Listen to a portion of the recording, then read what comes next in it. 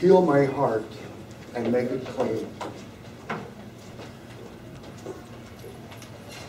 You have no idea how profound, how meaningful that is. Heal my heart and make it clean. And that's one of the things that captured as I sang the song, Heal my heart and make it clean.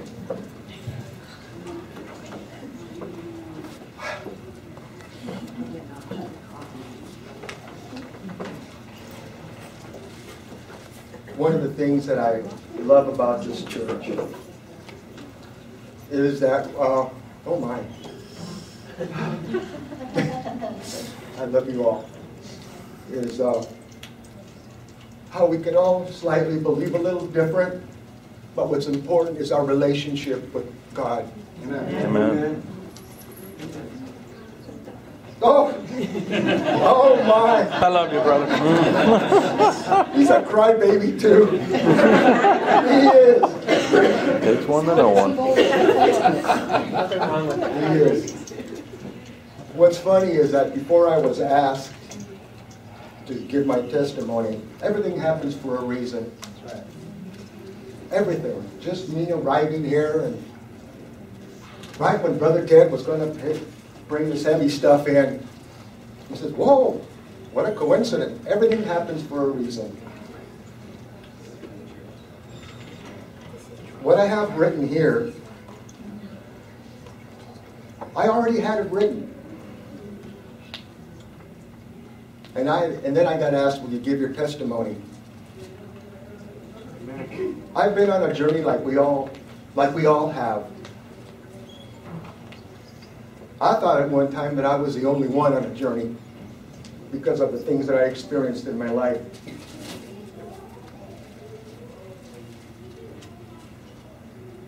What I'm going to read to you here, I wrote it a couple of years ago. It's just funny how it's all coming together. Some of the language here, I hope it doesn't scare you. I'm sure you've heard it before. And just to remind you that there's a lot of people that consider this church New Age. It's an evolution of growth. And I say that in a loving way. And a lot of you have shared that with me, that people have commented to that effect. So if I may, I will start reading. And again, I think this is all for a purpose. It has its place. And may God be with me as I read this. Amen. Don't let the language scare you. I wrote this a few years ago. And there's a couple of things that I added on there, but this is my true story. It has to do a lot with, I can't tell you all in an hour what's happened in my life, but I had already written it, so I thought I'd share it with you. This is my true story of how in the past, approximately 20 years ago, unknowingly started tapping into the laws that govern the universe. How I tapped into these laws and created the life and business of my dreams. But before I begin my story, I must credit where I started unearthing what gave me awareness to the laws that govern the universe. 5 years ago, I was introduced to a book written by Wallace Wattles in 1910 titled The Science to Getting Rich. The title fooled me at first because there are many books written about getting rich. The difference with all those other books, other getting rich books, is that they focused on the material aspect. Not this book. It focused on the natural abilities that we are all born with. Then later in time, my daughter so happened to share a movie that had a big impact on her called The Secret, which I'm sure you all heard of, by Rhonda Byron. This book and movie not only changed my life, or the beginning of this journey, but also left me with an overwhelming desire to share this knowledge with others. The reason why this movie and book resonated so well with me was because of how it tied in so well with my past life's experience. Almost in detail, especially the book. The essence of the message in the book and the movie was that we're all born with a God-given innate ability to create and experience all the wealth, health, and happiness we want, literally. Ever since then, I have read and listened to all different sorts of material on the same subject. Again, this is my journey. Now, please allow me to share my story. I'm sure at one time or another, a person like me crossed your path, or you heard about someone who easily became very successful in building their business with minimal effort, while you or someone you knew busted their behind to build their business, and are still living an undesirable life because of how demanding the business is. In many cases, have felt they have sold their souls due to the ongoing hardships. I was one of those successful business starters who built a $2.3 million business from the ground up in Visalia, California. My then wife worked in the office while I ran the crew in the field. We had 16 to 20 employees at a time. We were bringing home upward of $360,000 to $390,000 a year with this lucrative business which specialized in stainless steel food grade welding specs. The amazing part was how I came about building this business from the ground up. I did it with minimal effort. It almost, you might say, built itself. It was phenomenal. It was literally and not only mind-blowing, it was magical. Everything just fell into place during the whole development of this business. I was in the right places at the right time, and I was enjoying, the hell out of it. This business, you might even say, fell on my lap. I had the desire to be very successful, but I wasn't planning to have that big of a company. I was just enjoying working for myself and maybe having a couple of guys working for me. The beginning of my successful business all came to be when one day the client told me, I need more guys. So I hired more employees. You see, there was already another company available that these clients had been using to do their welding for the last 15, 20 years. One day the client actually came up and told me to take a walk with him. I said, okay. And what happened next blew me away.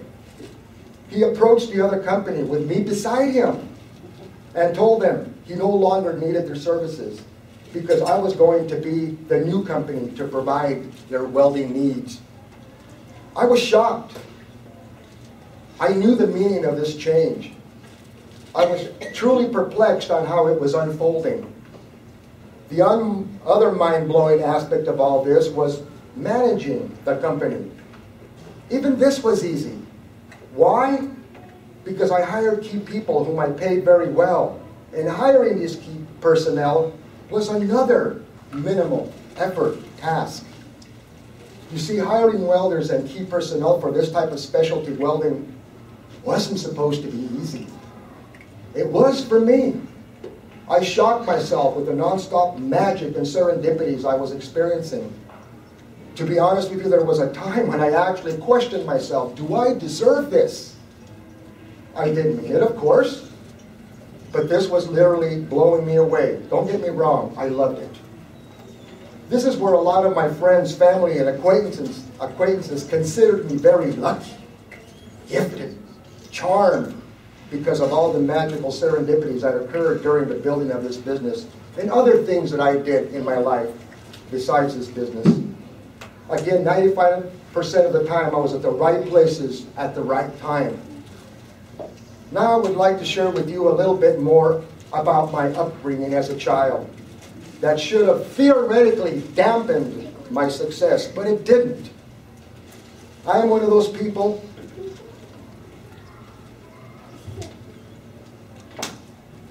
who was raised in an environment where one had limited choices. That's the way I was raised to believe. I had a very strict father. When he first came to this country from Mexico at the age of 18, it was to pick cotton. He did it for 5 years. Then he worked the following 9 years in a nursery. He lived a hard life while growing up, lost his mother at the age of 9. He also experienced a lot of prejudice during his life. So I grew up being told that people were prejudiced. You had to work hard for your money. Money and jobs were hard to come by. I was even told money was the root of all evil. I was told that I had to settle for whatever work or opportunity would come up. Anything. That rich people had the money to get the education, to get those high-paying jobs. The reason why I said earlier that it should have theoretically affected me is because it does affect most people. Looking back now, it was like I was programmed different. Had different instructions or something. Which makes me think of Job 33, 14 through 16. That we are all given our instructions during our sleep. And Ephesians 1:11, which clearly shows that life is all orchestrated as to how one meets God. This also reminds me of how I met Pastor Dale and Bob Carver. I almost didn't go to him. He almost didn't come to that intersection where we met. It was magical.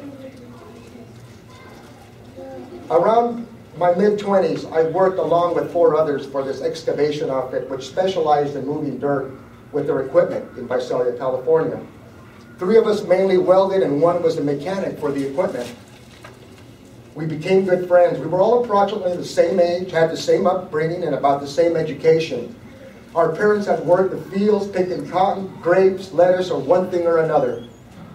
I remember sharing with them on our morning lunches and breaks, how I planned to start building a welding business, how I was going to purchase a truck and equipment with all the welding tools I would need to start this welding business, then go out and look for welding jobs. Well, each and every time the subject was brought up, they would look at each other, smirk, simper, and literally tell me, "Demetrio, you're just dreaming, man." I even shared this with other family members and acquaintances. 90% of them thought I wasn't being realistic. They reminded me of who we were, that we weren't educated, that it took know-how and money, that we were Hispanic, and the world wasn't fair. You see, we were all born on the other side of the tracks, so to speak. The thing was that they all made me feel so out of place. Even with my own kind, so different from them. I'm saying this because I didn't feel or think the way they did. I really believed I could make it happen. Amen. So I ignored them. You see, I didn't think or focus on all the negativity like they did. And I didn't have the not able to, victim attitude. Those were all beliefs that were not serving them, as I understood later in my research of the universal laws, God's laws, which at this time I had no knowledge of at all whatsoever about them. They would give me all the reasons why it wouldn't work, that's all they mainly focused on. It was obvious. No wonder whatever little venture they tried, it never worked. And they were smarter. I remember always being a happy go-getter. Sometimes my happiness would irritate them. Get under their skin, I was so happy. Meanwhile, they often would complain about the existing racism, the system, the world, the government. I never did or pay attention to that. It wasn't in me. It never was an issue for me. At times they would even ask me, I'm serious. They would ask me, when are you going to grow up and wake up to the real world we live in? It was about this time that a friend of mine who I knew was a welder with this excavation outfit, which miraculously came to visit me on our lunch break. He came to tell me that they were hiring welders locally at a milk processing plant and that they were paying very well. So I went. I didn't know. He didn't tell me that they were looking for stainless steel welders or that it was actually an outside contractor doing the work at this milk processing plant that was doing all the actual hiring. It was just funny, thinking back now how it all happened. My experience was in welding regular mild steel, not stainless steel. This is, I believe,